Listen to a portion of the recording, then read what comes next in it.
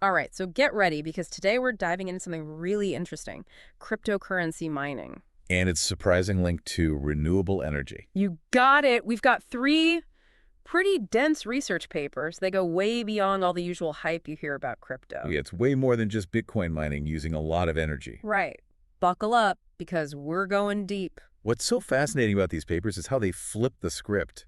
Oh? They're saying that maybe, just maybe, all this energy used from crypto mining could actually be a good thing. A good thing. How so? For the transition to green energy to a greener energy grid, I mean? See, that's what I'm talking about, a real head scratcher, right? And we've all heard the stories, right? Crypto mining, it's like this giant energy drain. Computers churning 24/7, sucking up power to create new coins. That's true. The energy consumption is huge. Yeah. These tapers, they don't just look at how much energy. They look at where that energy comes from, how it's being used. Okay, so where do we even start with that? But one paper, it points out how we usually measure the carbon footprint of crypto mining.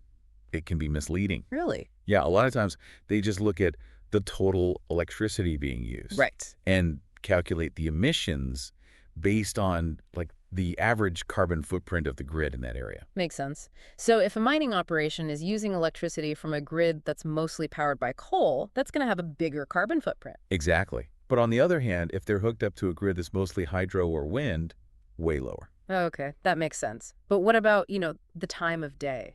Does that even matter? It does, actually. Mm. Even in the same area, the carbon intensity can change a lot throughout the day. Think about it. Midday, sun's shining, solar power's pumping. Lower carbon footprint, right. But then the sun sets.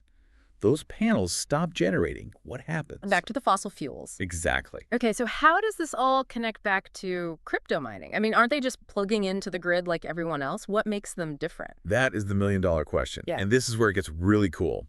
See, unlike other industries where their energy needs are pretty much fixed, crypto mining, super flexible. Flexible? How? It can ramp up, ramp down almost instantly, and it doesn't mess with the mining process. And that makes them perfect for something called demand response. Demand response. Okay, I've heard that term before, but to be honest, I'm a little fuzzy on the details. Basically, you have these programs that incentivize energy users to adjust their electricity use based on, what the grid needs at that moment. Okay. So like peak demand, everyone's blasting their AC, grid's getting strained.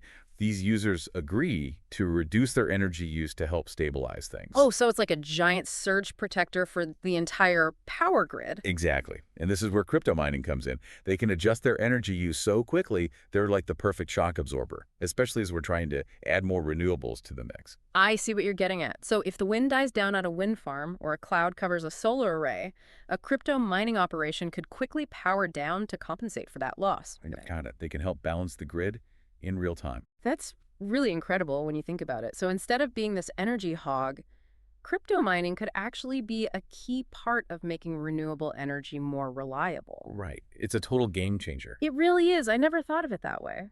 We've been talking a lot about how the energy is used, but what about where it comes from? You mentioned location matters. How can crypto mining actually help create more renewable energy projects? Well, think about it this way. One of the papers, it argues that because miners need so much electricity, that could actually make renewable energy projects more profitable.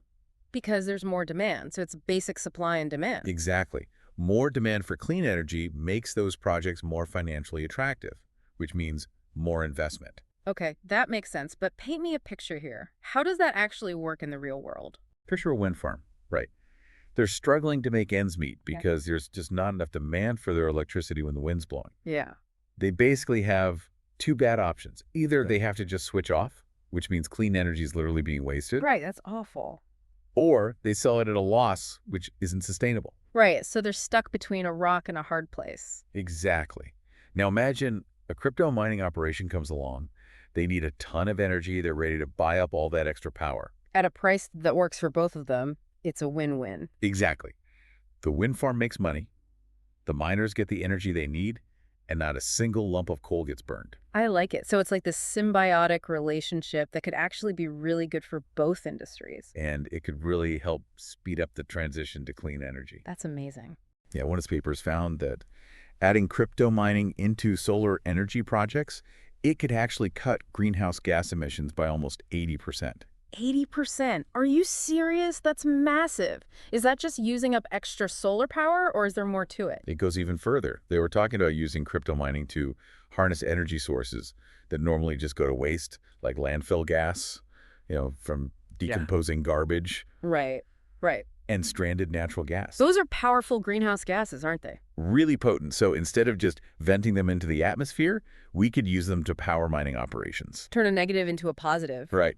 It could be a total game changer. Okay, so I gotta ask, this is starting to sound a little, I don't know, too good to be true. Are there downsides here, things we should be thinking about? It's a good point to raise. Like, yeah, the potential is huge, but all three papers, they all said we need more research, more data. What kind of questions are we talking about? What do we still need to figure out? Well, how do we actually measure the environmental impact? Like, really accurately. It's not as simple as just looking at the energy source, right? Right, because a mining operation could be right next to a solar farm, but that doesn't automatically make it squeaky clean, does it? Exactly. We got to be careful about making assumptions. Plus, there's the whole unintended consequences thing. What do you mean? Well, like, could this huge demand for electricity from miners actually drive up prices for everyone else? Oh, right. Especially in places where people are already struggling to pay their energy bills, that would be a real problem. Exactly. And then there's the whole issue of, like, what if mining operations just end up clustered in places with cheap renewable energy? Could that create, like, regional inequalities? So it's not as black and white as saying crypto mining is good for the environment or it's bad for the environment. It's way more complicated than that, right? Way more. It's about looking at the whole picture, the good and the bad, Yeah. and figuring out policies that, make it sustainable, make it fair. Right. And that brings us to regulation. Because usually we think about regulation as a way to limit things, but here it sounds like it could actually be a good thing. Totally. Like, governments could give incentives for miners to use renewables or to participate in those demand response programs we were talking about. Oh, right, right. To smooth out those fluctuations in the grid. Exactly. They could also set some rules for how to deal with all the e-waste from mining. Because that's a whole other issue, right? All that electronic waste. Huge issue. And of course, pushing for more energy-efficient mining technologies. That's key. So it's more about, instead of banning it outright, which is what some countries have done, it's about saying, okay, how do we make this work? Exactly. How do we get the benefits without, creating a whole bunch of new problems? Hmm. And this is where it gets really interesting because crypto mining, with its flexibility, it could actually be a key part of managing the grid of the future. Wait, really? So you're saying instead of being a burden on the grid, it could actually make it more efficient, more resilient? How does that work? So as we're adding more and more renewables, solar, wind, that kind of thing. Which are intermittent, right? Yeah. They come and go. Exactly. So we need new ways to keep things balanced, Right. to match supply and demand. And that's where these flexible loads like crypto mining come in. Okay, give me an example. How would it work in real life? Imagine a big cloud suddenly covers a solar farm, right? Power generation drops. Now the grid operator sees this happening. Boom! They send a signal to a nearby crypto mining operation. And they instantly power down. Instantly, which helps to prevent a voltage drop or, even a blackout. So they're like little mini power plants that can be turned on and off in a split second to keep everything running smoothly. That's a great way to put it. And the cool thing is, it's not just for short-term stuff either.